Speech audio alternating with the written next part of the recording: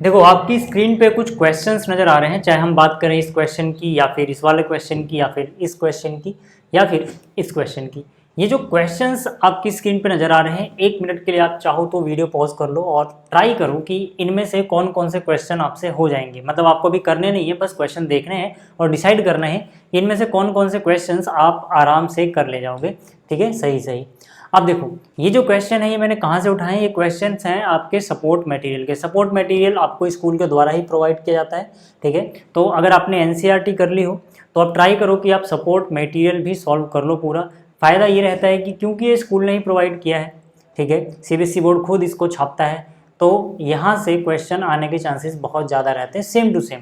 ठीक है ना, same to same ditto question, ठीक है, आपके फाइनल एग्जाम में, ठीक है, वो लोग दे देते हैं। तो मतलब ये क्वेश्चंस आपको करने चाहिए और इसमें क्वेश्चन थोड़ा अच्छे लेवल के भी होते हैं, एनसीईआरटी से थोड़ा अच्छे क्वेश्चंस भी होते हैं यहाँ पे। ठीक है, तो आप प्रैक्टिस यहाँ से कर सकते हो। ठीक, चलिए अभी हम शुरुआत करते हैं इन क्वेश्चंस की। अगर आपसे नहीं हो रहे हैं तो मैं बताता हूँ कि किस तरह से आप इनको कर पाओगे। ठीक है, जैसे ठीक है ये जो क्वेश्चन है, ठीक है, 5 मार्क्स में, ठीक है, इस तरह क्वेश्चन पूछे जाते हैं। अब इसमें ज़्यादा कुछ है नहीं, बट क्योंकि इन्होंने एक लैंग्वेज लिख दी है, कहानी टाइप की लिख दी है, इसीलिए ये 5 नंबर का है। ये आसान क्वेश्चन देखो यहाँ पे क्या है, कक्षा 9 द्वारा एनएसएस के अंतर्गत एक साक्षरता अभियान आयोजित किया गया। रैली हेतु छात्राओं ने x-5 पंक्ति यानी कि रोज और 3x- स्तंभ यानी कॉलम्स बनाए। कुल छात्राओं की संख्या को बीजीय व्यंजक के रूप में दर्शाइए। तो सबसे पहली बात यहाँ पे देखो, कुल पंक्तियाँ हमें दी गई हैं, कुल स्तंभ हमें दिए गए हैं और कुल विद्यार्थी या फिर कुल छात्र जितने भी हैं वो हमसे पूछे गए हैं। ठीक है, तो इसको हम कैसे कर सकते हैं भाई, देखो सीधी सी बात है, कुल पंक्तियाँ अपने को कितनी बताई गई हैं, x-5, तो पंक्तियों की कुल संख्या कितनी हो गई, x-5। कुल स्तंभ कितने बनाए गए हैं, 3x-4। ठीक है, ये हमें बताया गया है। तो कुल विद्यार्थी कैसे निकालोगे आप, कुल विद्यार्थी आप निकाल सकते हो कि भाई कितनी पंक्तियां थी उनको गुणा कर दो, ठीक है, कितने स्तंभ थे।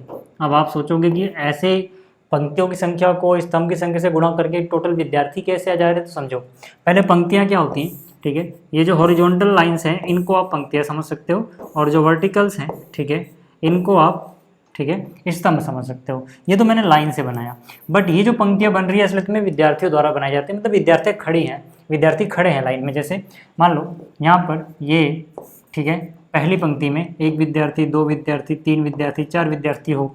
ऐसे मान लो दूसरी पंक्ति में फिर से 1, 2, 3, 4 विद्यार्थी हो। ठीक है, और तीसरी विद्यार्थी में पंक्ति में फिर से 4 विद्यार्थी हो, मान लो अगर ऐसा है। ठीक है, तो ये तो पंक्तियाँ हो गई 3 मान लो, और स्तंभ मतलब ऊपर से नीचे की ओर जो आपको लाइन बनती हुई दिख रही है ना, यानी कि ये वाली। ठीक है, 1 स्तंभ हुआ, 2 स्तंभ हुआ, 3 स्तंभ हुआ, 4 स्तंभ हुआ, तो टोटल स्तंभ कितने हुए, 4। अब अगर आपको टोटल विद्यार्थी निकालने हो जिसमें 1, 2, 3 पंक्ति बन रही है और 1, 2, 3, 4 कॉलम्स बन रहे हैं, तो आपको ऐसे 1, 2, 3, 4, 5 ऐसे गिनने की जरूरत नहीं है।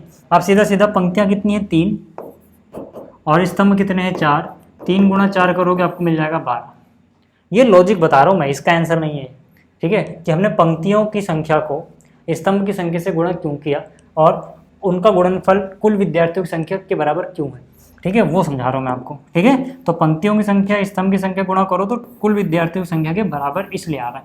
ठीक, तो अब यहाँ पे आप समझो कि अगर मैं बस इसको गुणा कर दूँ तो हो गया यार सवाल, आसान सा था ना। तो यहाँ से x गुणा 3x क्या हो जाएगा, 3x², x गुणा में -4 क्या हो जाएगा, -4x, -5 गुणा 3 यानी कि -15x, और माइनस माइनस प्लस 5 चौक 20।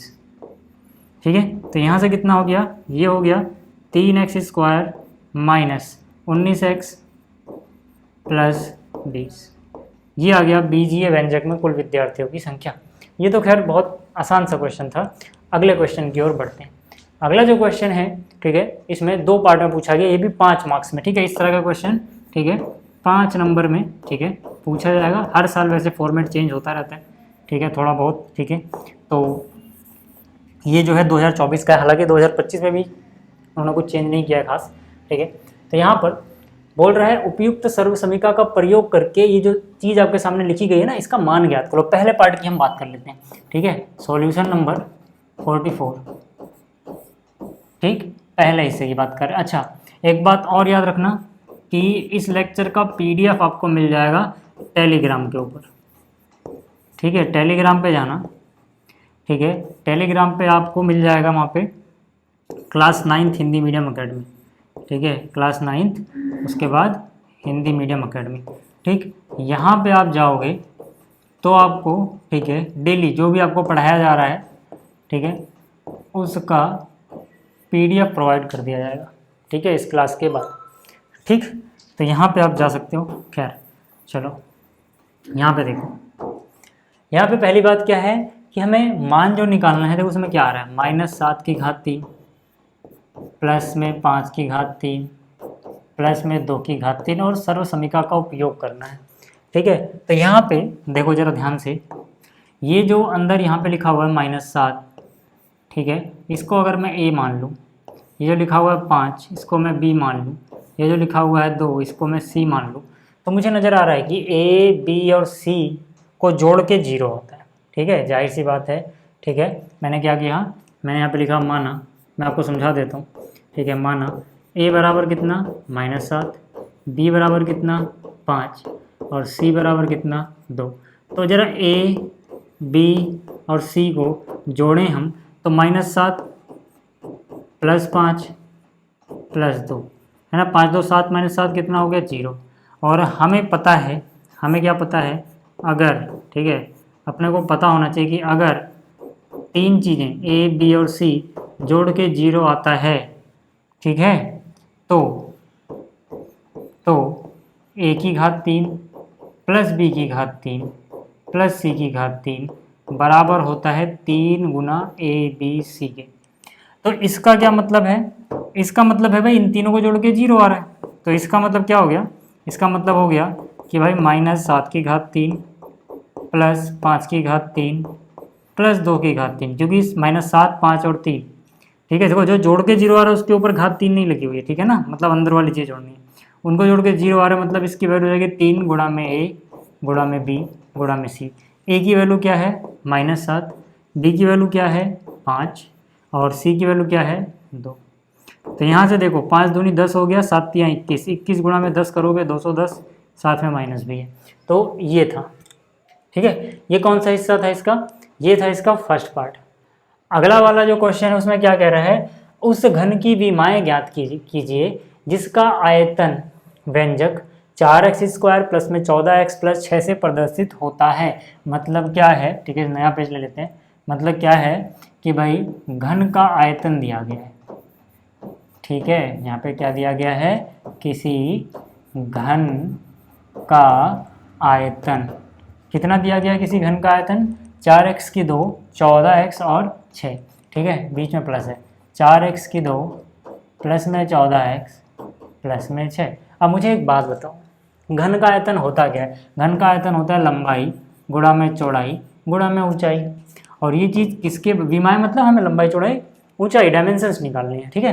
तो यहाँ से इसको फैक्टराइज कर लो। देखो सबसे पहली बात तो 4, 14 और 6, ठीक है, इन सब में से 2 कॉमन आ रहा है, ठीक है, तो 2 मैंने कॉमन लिया, 2 कॉमन लोगे तो 2 दूनी 4 होता है, ठीक है। जब छोटा हो सकता है ये 2 सत्ते 14, 2 तियाँ 6, तो यहाँ से आप, ठीक है, इसको छोटा कर लो।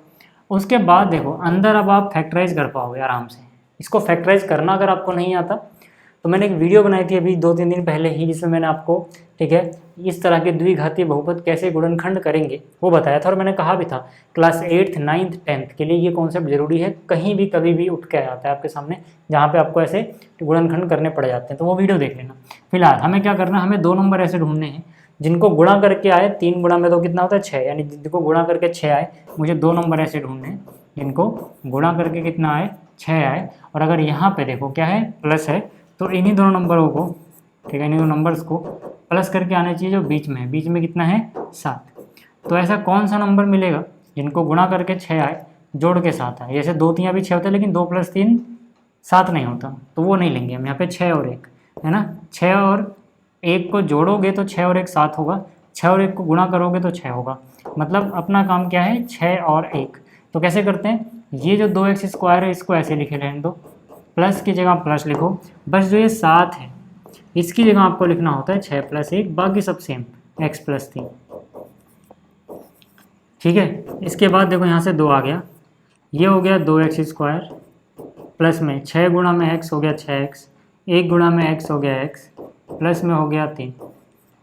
ठीक है, यहाँ से देखो ये हो गया 2। अब यहाँ से क्या कॉमन आ रहा है इन दोनों में से और क्या कॉमन आ रहा है इन दोनों में से वो देखना है। 2 और 6, सबसे बड़ा नंबर इसके बारे में 2 और 6 आता हो वो 2 है। ठीक है, और यहाँ पे एक्स स्क्वायर, यहाँ पे x है, x की छोटी घात यानी x कॉमन लोगे। 2 को किससे गुणा करें कि वापस से वो 2x स्क्वायर बन जाए x से, है ना। 2 गुणा x इंटू एक्स क्या हो जाएगा x स्क्वायर।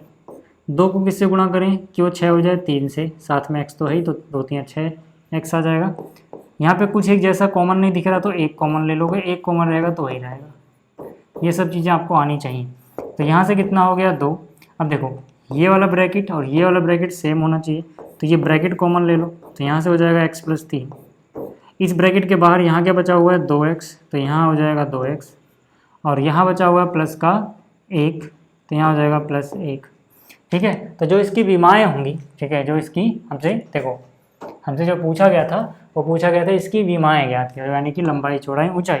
ठीक है, जो कि है ये लंबाई चौड़ाई ऊंचाई, यानी सीधा सीधा अगर हम विमाएँ लिखना चाहें कि भाई अब इनमें से कोई भी ऊंचाई है, कोई भी लंबाई, कोई भी चौड़ाई, हमें नहीं पता कौन सी क्या है, तो विमाएँ क्या हो जाएंगी, एक तो 2 है, चाहे लंबाई चाहे ऊंचाई चाहे, ठीक है, गहराई, कोई एक चीज़।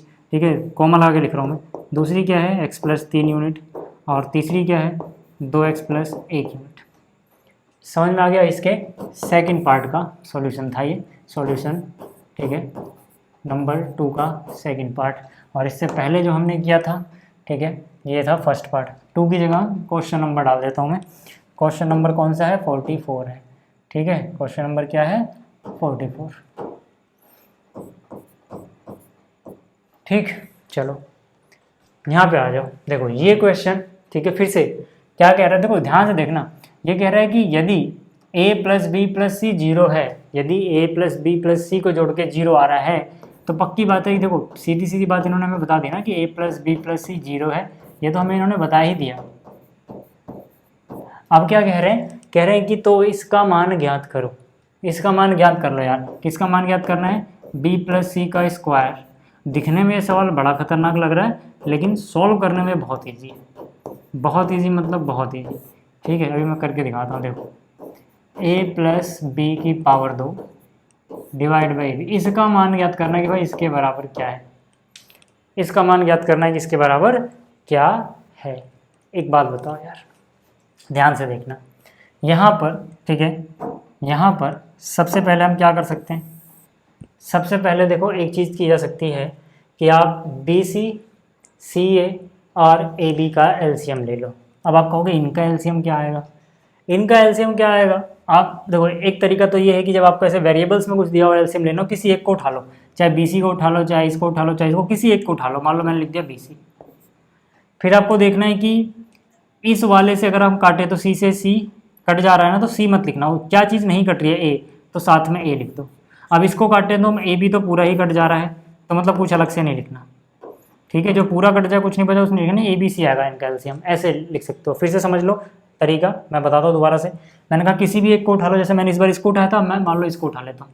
ठीक है, किसी एक को उठा लो, मैंने AB उठा लिया।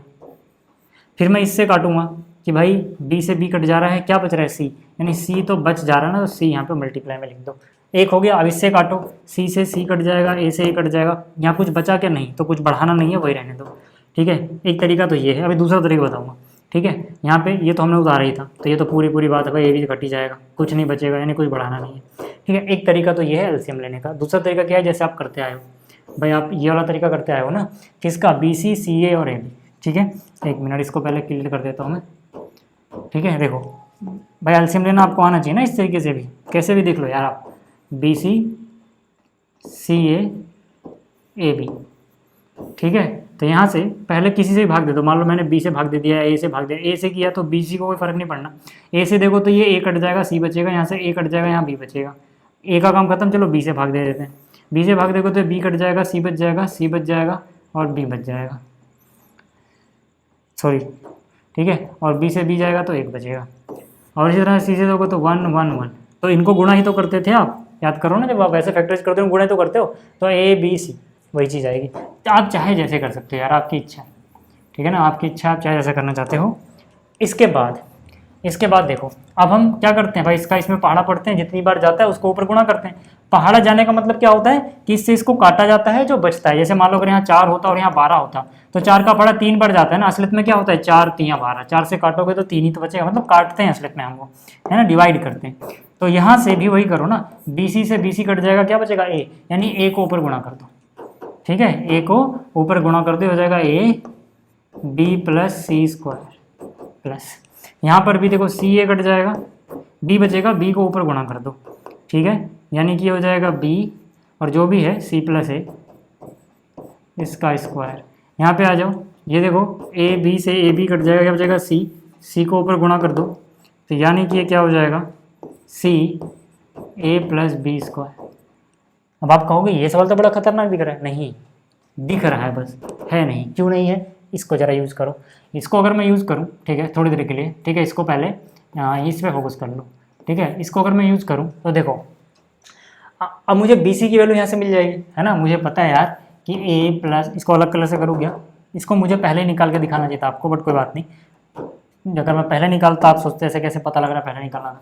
देखो A plus B plus C 0 है, और यहाँ पे हमें क्या चाहिए, B प्लस C की वैल्यू। तो मुझे बताओ B प्लस C की वैल्यू क्या होगी, minus A। B plus C की वैल्यू माइनस A हो जाएगी। ऐसे ही अगले में हमें C प्लस A की वैल्यू चाहिए होगी। फिर से इस C को देखो, इसको नहीं, इसको देखो। अब मुझे चाहिए C प्लस A की वैल्यू, तो C प्लस A है ना, यानी कि C प्लस में A, B को उधर ले जाओगे यानी हो जाएगा माइनस B। फिर है ना, इससे एक ये बना।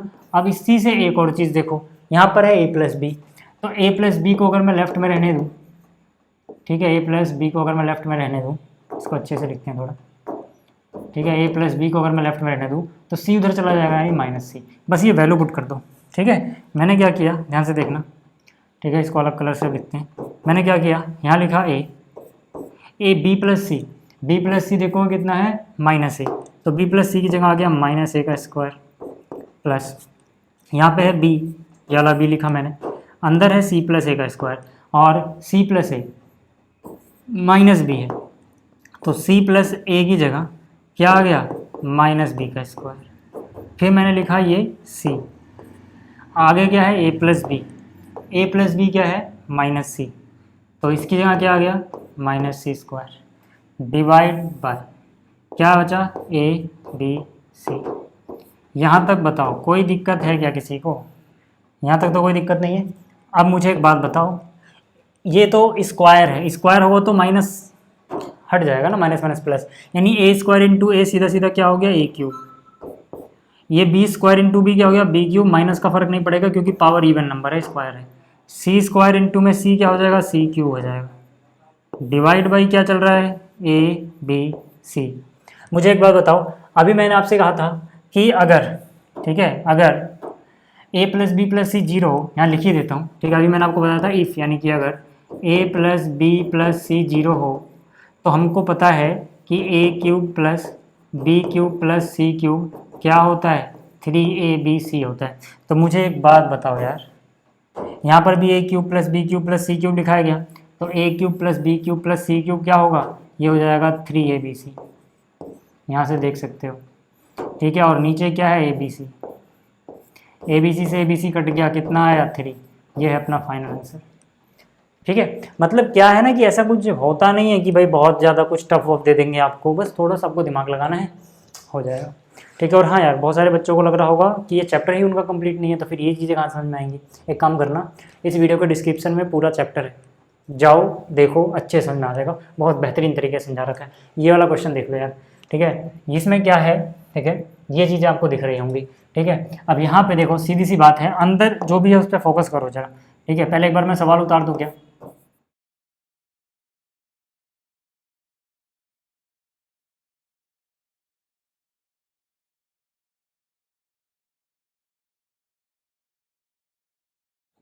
ठीक है, इसकी वैल्यू अपने को निकालनी है। अब मुझे एक बात बताओ कि यहाँ पे ठीक है, ऐसे देखने में तो बड़ा तामझाम लग रहा है, लेकिन ठीक है, ध्यान से देखना, ये वाली वैल्यू, ये वाली वैल्यू, ये वाली वैल्यू, इनको जोड़ के 0 आता है। ठीक है ना। इसको अगर मैं ए मान लूँ, इसको बी मान लूँ, इसको सी मान लूँ, तो इनको जोड़ के क्या आता है 0। चाहो तो आप कहीं से चेक कर लो, देख लो। अगर मैं इसको सिर्फ जोड़ता, मान लो एक क्यूब व्यूब ना होता थोड़ी देर के लिए, तो ए स्क्वायर माइनस ए स्क्वायर 0 हो जाता। मान लो अगर क्यूब नहीं होता तो, ठीक है, minus B square plus B square 0 हो जाता, minus C square plus C square 0 हो जाता। मतलब इनको जोड़ के तो आ रहा है 0, इनको जोड़ के आ रहा है 0। और अपने को पता है, अब क्योंकि ए बी सी में क्वेश्चन दिया, इसलिए मैं एक्स वाई जेड में लिख रहा हूँ कि अगर X plus Y plus Z 0 हो, तो हमें पता है कि X cube plus Y cube plus Z cube होता है 3xyz, होता है ना भाई। इस पूरे को x समझो, इस पूरे को y समझो, इस पूरे को z समझो, तो ये कितना हो जाएगा, तो ये कितना हो जाएगा, ये हो जाएगा 3, यहाँ पे x, यहाँ पे y, यहाँ पे z, यही होगा ना, क्योंकि X cube plus Y cube plus Z cube 0 अगर जोड़ के मतलब 3xyz होता है अगर x plus Y plus Z 0 आ रहा है तो, ठीक है। तो यहाँ से ध्यान से देखना, मैं क्या लिख सकता हूँ, x की जगह A square minus B square, Y की जगह क्या लिख सकता हूँ B square minus C square, Z की जगह लिख सकता हूँ C square minus A square. लिख दिया। ऐसा क्यों लिखा समझ में आ गया, ठीक है। फिर से समझा दूँ आपको, नहीं ना, ज़रूरत तो नहीं है, समझ में आ रहा ना भाई। ये क्यूब नहीं लिखते नीचे, फिर वैसे मैंने ये क्यूब छोड़ दिया, इसीलिए सिर्फ 3xyz लिखते हैं, ठीक है। डिवाइड बाई, नीचे भी देखो वही चीज़ है, नीचे अगर इसको अब x मान लो तो ये y हो जाएगा और ये z हो जाएगा। इनको भी देख लो यार, a minus A 0, b minus B 0, minus C plus C 0, है ना। क्यूब की बात नहीं कर रहा मैं, क्यूब भूल जाओ थोड़ी देर के लिए, ठीक है। तो ये हो गया। अब इसका मतलब ये भी क्या हो जाएगा, ये भी हो जाएगा 3ab और c, या फिर xyz जो भी आप मान रहे हो, ठीक है। तो x की जगह क्या है a माइनस बी, वाई की जगह क्या है b माइनस सी, और इसकी जगह क्या है c माइनस ए। यहाँ तक समझने में कोई दिक्कत तो नहीं है, ठीक है। ये जो था, ठीक है, ये जो था, इसको मैं समझाने के लिए बताया आपको, ठीक है। या तो रहने देता हूँ, पीडीएफ देखोगे ना तो आपके काम आ जाएगा, लेकिन याद रखना वैसे ही नीचे भी करना है, जैसे ऊपर था वैसे ही नीचे भी करना है, ठीक है। आ जाओ, यहाँ पे आ जाओ, ठीक। यहाँ पे क्या 3 से 3 उड़ा सकते हैं, बिल्कुल, सब कुछ मल्टीप्लाई में। अंदर नज़र आ रहा है ए स्क्वायर माइनस बी स्क्वायर, क्या होता है ये, ए प्लस बी ए माइनस बी होता है क्या, ठीक है। तो यानी कि ये जो इतना हिस्सा है, इतना हिस्सा है, इसको मैं क्या लिख सकता हूँ, ए प्लस बी इंटू ए माइनस बी लिख सकता हूँ क्या, पहले ब्रैकेट को, हाँ, ठीक है। दूसरा हिस्सा जो B square minus C square नज़र आ रहा है, क्या मैं इसको बी प्लस सी इंटू में बी माइनस सी लिख सकता हूँ, बिल्कुल लिख सकता हूँ। तीसरा हिस्सा जो आपको सी स्क्वायर माइनस ए स्क्वायर नज़र आ रहा है, क्या मैं इसको सी प्लस ए इंटू में सी माइनस ए लिख सकता हूँ, बिल्कुल लिख सकता हूँ, ठीक है। डिवाइड, नीचे जो भी है, ठीक है, उसको एज इट इज़ उतार दो, ठीक है, नीचे जो भी है उसको एज इट इज़ उतार दो, ठीक। अब क्या हो जाएगा, देखो ना यार, ये चीज़ उड़ गई, ये भी चीज़ उड़ गई 1 बार पे, ये भी बन जा, क्या बच गया, क्या बच गया, ए प्लस बी, आगे क्या बचा, बी प्लस सी, आगे क्या बचा, सी प्लस ए। कहीं कोई दिक्कत आई क्या, हो गया ना आराम से, ठीक है। ऐसा कुछ खतरनाक इसमें आता नहीं, ठीक। चलो ये वाला क्वेश्चन भी देख लो, ठीक है। इसमें देखो, इसमें आप क्या करो, ठीक है, इसमें आप क्या करो, ये जो अंदर लिखा हुआ है इसको अगर मैं x मानूँ, ये जो अंदर लिखा हुआ है इसको अगर y मानूँ, ये जो अंदर लिखा हुआ है इसको अगर मैं z मानूँ, तो मुझे पता है कि x plus Y plus Z 0 है। देख लो चाहे, इन तीनों को जोड़ोगे तो 2a, ठीक है, अलग कलर से, ठीक है। अगर मैं इन तीनों जो अंदर लिखा हूँ उनको जोड़ूँ तो यहाँ पे 2a और यहाँ पे माइनस है माइनस 2a 0 हो गया, और यहाँ पे 2b minus B minus 2b 0 हो गया, और यहाँ पे 2c और माइनस सी माइनस 2c 0 हो गया। आ रहा है ना 0, समझ में आ रही है इतनी बात। तो अब मुझे एक बात बताओ, क्या इसमें भी वही फॉर्मूला लगा सकते हैं, हाँ। इसका मतलब क्या है कि X cube plus Y cube plus Z cube क्या होता है 3xyz होता है ना। इसका मतलब जो ये चीज़ लिखी हुई है, ठीक है ना, यहाँ पे x की जगह x जिसको माना है, y की जगह जिसको y माना है, z की जगह जिसको z माना है, ठीक है, ये लिखे हैं। तो कितने के बराबर आना चाहिए, 3, यहाँ पे x, यहाँ पे y, यहाँ पे z, ठीक है। वैल्यू लिख दो यार। x किसको माना है देखो ज़रा, ठीक है, x किसको माना है 2a, ठीक है, x किसको माना है 2a माइनस बी माइनस सी, y किसको माना है 2b माइनस सी माइनस ए, z किसको माना है 2c माइनस ए माइनस बी, किसके बराबर होना चाहिए 3xyz के, ये वैल्यू छाप दो बस यार। क्या है यहाँ पर 2a माइनस बी माइनस सी एक्स है, y क्या है 2b माइनस सी माइनस ए, z क्या है 2c माइनस ए माइनस बी।